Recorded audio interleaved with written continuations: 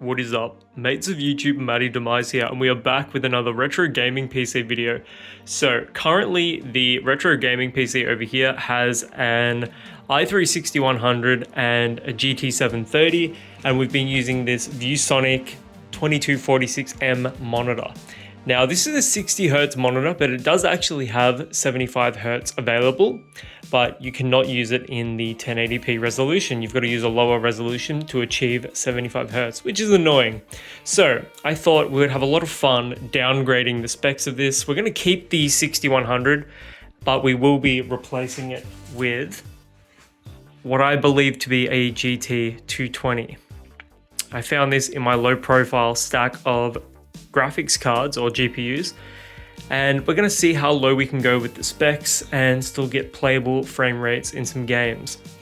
And instead of using this monitor, I've actually replaced it with a smaller Samsung SyncMaster B2030. I'm pretty sure this is 1080p 60 Hz as well, but we'll find out soon enough. So let's replace the GPU. If you'd like to see me take out one of these sticks of RAM and really test out the benchmarks with single channel, 4 gigs of RAM in 2024, I think that would be an interesting video. Let me know in the comments below if you want to see something like that. But let's take out this GT730.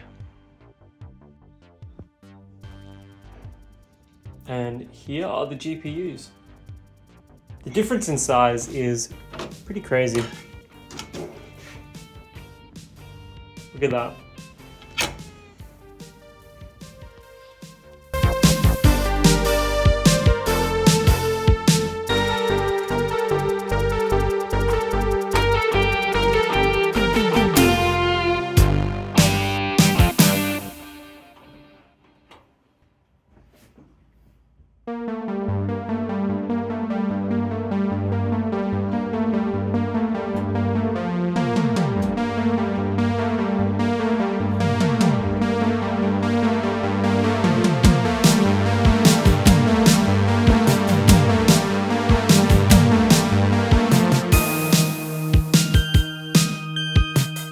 Now it's just a matter of finding the right drivers. Where would we be without Microsoft's basic display adapter? So my suspicions were correct, it is a GT220.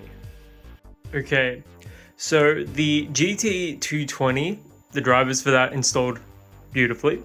However, the Samsung monitor does not natively support 1080p. So what I had to do was go into the NVIDIA control panel and then create a custom resolution. Let's go find this for a second. There we go, custom resolution. Which is exactly what you want to see when it comes to a monitor like this. Hopefully it still records properly inside of OBS. Alrighty then, we've encountered our first real roadblock. The 3D accelerator card is not supported by World of Warcraft. What I'm going to do now is I'm downloading the latest drivers for the GT220, and if that doesn't work, I think we may try the HD5450 instead. Okay, so if this driver update doesn't work with the GT220 and it still won't play well, I've got some other options here. I just found these. I've got two HD 4550s. I believe these are 512 megabyte cards as well. I would really like to see how these will play World of Warcraft Classic. Just showing you closer up. They're in pretty good condition, honestly. Little bit of rust on this one, but nothing extreme. I'm 99% sure I got one of these out of an old pre-built from I want to say 12 years ago now. It's very old. Damn, looks like we're going with the 4550 then. This is so strange to me though, because I have a distinct memory of trying out a GT210 with World of Warcraft Classic ages ago. One of the very first videos that I uploaded to this channel, and it's no longer on the channel anymore, or maybe I unlisted it. But that worked with World of Warcraft Classic.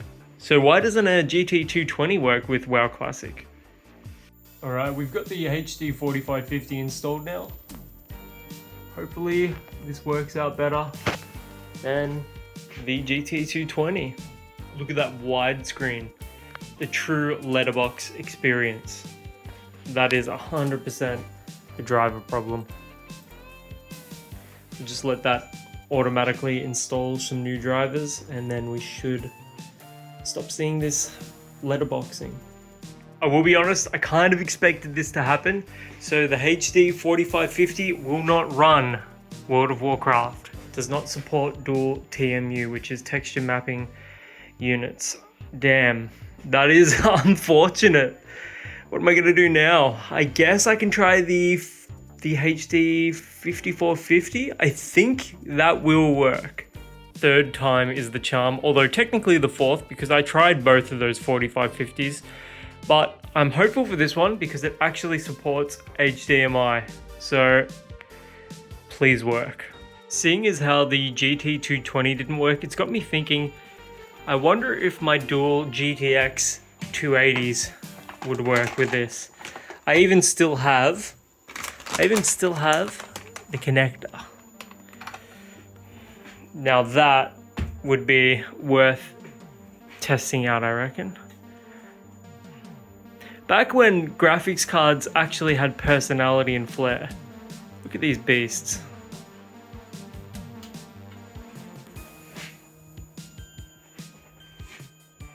Nice.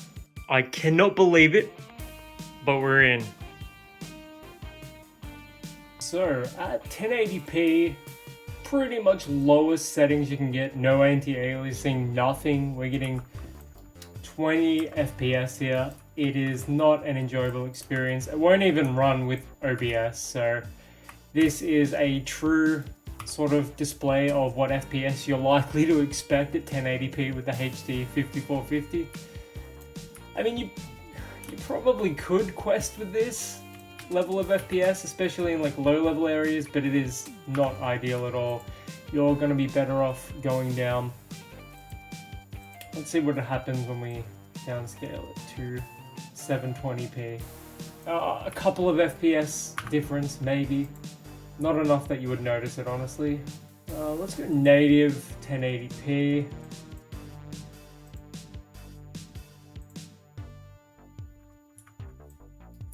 Alright, we're getting like 26, 25 FPS. It's not ideal. I'll have to go into River Tuner statistics to like mess with it. But yeah, hang on, I'll just throw these up for a second. 25.1.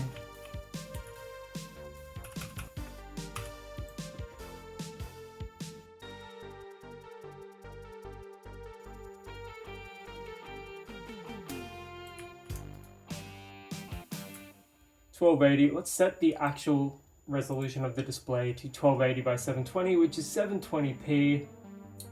I'm curious to see how the game is going to play at 720p native.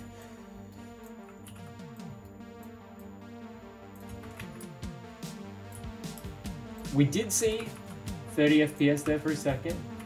It does feel a little smoother. You can see the frame time still is not great though. I mean, this would be bare minimum stuff right here. This is what you would want in terms of the bare minimum. And like, we've got everything as low down as we can possibly go. We may be running into a VRAM limitation. Let's go 50% of 720.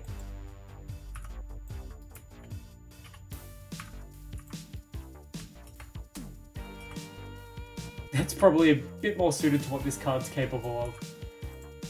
There we go, 30 FPS, and it looks absolutely terrible.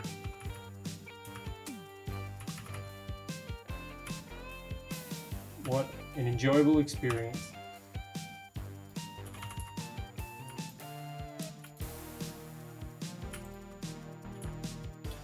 Well, this didn't work nearly as well as I thought it would.